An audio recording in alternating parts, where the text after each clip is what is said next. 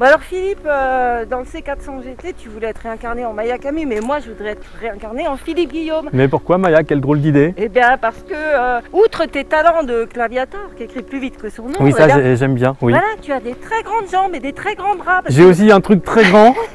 Non. Tu as dit que tu rigolais pas, c'est mes oreilles, regarde Maya. Oui, mais c'est pas pour ça que je voulais D'accord. être Philippe Ah Guillaume. bon, d'accord. Non, non, c'est parce que je voulais essayer la R1250 GS. Oui. Alors tu vois, pour Très aller bonne dans moto. la Pampa, mais Très bonne moto. c'est pas possible. Donc je vais essayer la 1250 R. Qui me plaît bien, mais tu sais qu'il y a encore un truc qui est plus grand que moi réuni. Non. Je veux dire moi-même, réuni avec moi-même. C'est la fiche tarifaire de cette belle moto, mais je pense que tu vas nous en parler à la fin, quand Oui. tu nous feras l'addition. Je vais tout vous expliquer parce qu'elle a plein de belles pièces en titane partout, machin. Et c'est vrai qu'il y a une addition mais phénoménale, hein, plus longue que la liste de courses Leclerc tous les mois. Et bah voilà. Bah, Moi écoute, aussi j'ai des belles pièces en titane, mais on en parlera plus tard. Bon allez, moi je pars pas dans la Pampa, je vais sur la route. Salut Philippe. Salut, moi j'ai dans les bois.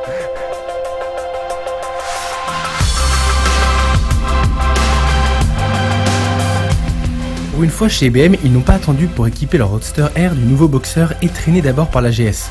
Dès 2019, nous avons donc aussi droit à la R1250R, mue par le flat à admission variable, qui vient remplacer la R1200R. A l'extérieur, peu de choses les différencient, le meilleur est à l'intérieur.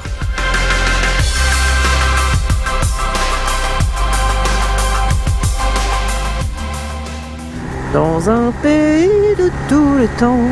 Mais non, Maya. C'est fini, Maya l'abeille, là. On n'est plus sur la katana. C'est plutôt ambiance grosse Bertha. Bon, enfin, grosse. Certes, elle a grossi un peu, ouais. Elle a pris 8 kilos, hein. Et c'est bon, 239 kilos tout plein fait maintenant, la mémère. Bon, c'est sûr que dans les petits coins, c'est un petit peu gênant, n'est-ce pas, les manœuvres à basse vitesse. Mais elle reste accessible, cette R1250R, comme elle l'était avant, en 2015. Moi qui suis petite, eh bien, je pose les deux pieds par terre, bon, enfin, les pointes... avec mes petits talons, bien sûr, c'est beaucoup plus pratique. Même avec cette selle sport à 840 mm.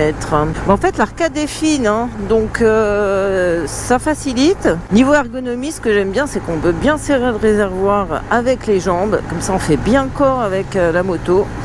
Position est plutôt détendue. Un petit peu d'appui sur les poignets, mais pas tant que ça. Les jambes sont pas trop repliées. Position est dynamique sans l'être trop. Pour mes petits doigts courts, j'avoue qu'il y a quelque chose au guidon, notamment à gauche, qui m'énerve un petit peu. C'est la grosse molette là, qui m'aide pas à atteindre le bouton des clignots. La béquille aussi, elle est pas évidente à aller chercher du bout du pied. Et puis je me prends les repose-pieds dans les tibias, derrière les mollets, gaillardement. Mais sinon, elle se laisse étonnamment bien prendre en main par les petits gabarits, cette grosse Bertha. Bon, quand je dis grosse Bertha, c'est mignon, hein, c'est parce que je l'aime bien. Dans les petits enchaînements de virages, c'est vrai qu'elle demande un petit peu qu'on s'en occupe, hein, cette grosse Bertha. Mais qu'est-ce qu'elle est rassurante, quelle stabilité dans les grandes courbes, même dans les petites, hein, d'ailleurs. Et puis son grand guidon facilite aussi le placement. La maniabilité, c'est moins une fine lame que la katana, hein, on dira. Mais bon, elle a des talents peut-être un petit peu plus routiers aussi. Alors, question freinage, c'est pareil, c'est un petit peu de la dynamite. Hein. En plus, j'attrape très très facilement le levier droit. Donc quand il faut s'arrêter, je l'effleure et bim, je m'arrête. Ou presque. Il y a vraiment un mordant et une puissance redoutable. C'est vrai qu'à l'arrière, l'ABS se déclenche assez facilement.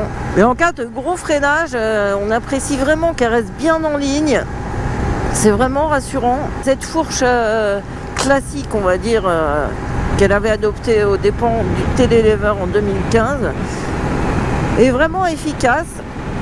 Les transferts de masse sont bien contenus. Enfin, j'ai un très bon ressenti vraiment du train avant.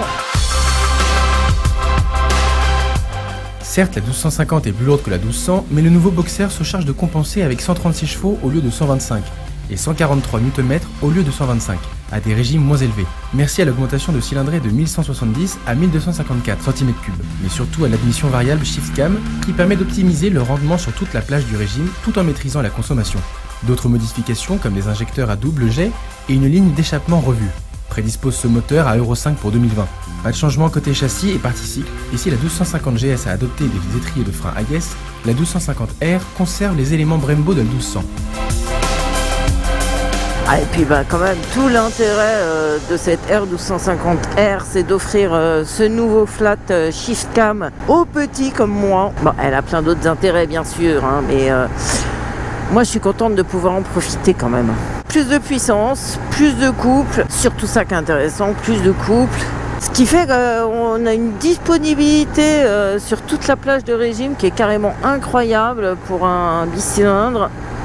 Alors moi qui suis pas trop bicylindre à la base, comme vous le savez tous, je préfère largement les 4 cylindres en général. Et ben là je vais vous dire que j'ai un petit peu craqué. Oh là là, j'ai même du mal à le dire. C'est une souplesse redoutable. En 6ème vers 50, en dessous de 2000 tours, ça reprend. Incroyable. Puis alors quelle patate. Entre 4 et 7000. C'est assez époustouflant. Bref, on a tout, on a la souplesse, on a l'allonge. Bon, c'est pas un 4 cylindres encore une fois, mais je trouve qu'il est assez extraordinaire ce gros flat. En tout cas, je le préfère nettement au précédent. Question conso, on a oscillé entre 5.5 et 7.3 sur cet essai. Évidemment, tout dépend de type de conduite. Mais c'est ça qui est bien aussi, c'est qu'on peut adopter à la fois une conduite cool avec cette moto comme une conduite hyper dynamique. Et moi, c'est ce que j'apprécie souvent sur les motos que j'aime bien. Puis ça dépend aussi sur quel mode vous êtes. Hein. Bon, dynamique, c'est carrément la dynamite. Mais franchement, road, c'est déjà très bien. Hein. La transmission, là, ce cardan, c'est juste parfait. La boîte, nickel. L'embrayage, c'est du beurre. Que demande le peuple? J'allais oublier de vous parler du shifter. Une option, bien sûr. C'est bien, c'est très très bien. Des petits à-coups quand même sur les premiers rapports à la montée. Surtout quand on n'est pas sur le bon régime, en ville par exemple, c'est pas forcément top. Mais sinon, nickel. Tout pour le rétrogradage, et là on empile les rapports, ça bouge pas. Pouf. Bon, on va quand même pas oublier de parler du confort. Et là, sur un gros roadster assez sportif quand même, vous serez pas déçus mes enfants. Je pense bien que c'est un des roadsters les plus confortables qui existent. Et puis avoir avec cette suspension ESA dynamique, mais quel kiff. J'aurais bien aimé tester quand même la version avec l'amortisseur standard, mais là j'avoue que ça s'adapte automatiquement. C'est assez bluffant. Et puis bien sûr, vous pouvez changer les réglages dans le menu, qui est long comme un jour sans pain. Alors petit détail pour les geeks, c'est le fameux tableau de bord TFT tablette, je ne sais plus combien de pouces, mais c'est énorme. Et puis alors là, vous avez des myriades d'informations diverses et variées. Alors ceux qui veulent jouer, ils ont leur écran sport, qui vous affiche l'angle que vous prenez de chaque côté, n'est-ce pas? C'est un petit peu pouce au crime. Mais j'avoue que je me suis un petit peu amusée à ça. Bref, pour tout vous dire, moteur, ergonomie, confort, freinage, pas grand chose à lui reprocher. Si, son prix. Bon alors j'achète ou j'achète pas? Bon, c'est le dilemme. Et vous les enfants, qu'est-ce que vous faites? Vous achetez? On comprend qu'à 23 715 € dans cette configuration, vous vous posiez la question. Mais si vous ne gardez que les packs dynamiques, confort et touring, il ne vous coûtera que 17 650 €. À moins que vous preniez tout simplement la version de base à 14 600 €. À ce prix-là, l'essentiel dont le moteur est de série, et c'est ce qui compte après tout.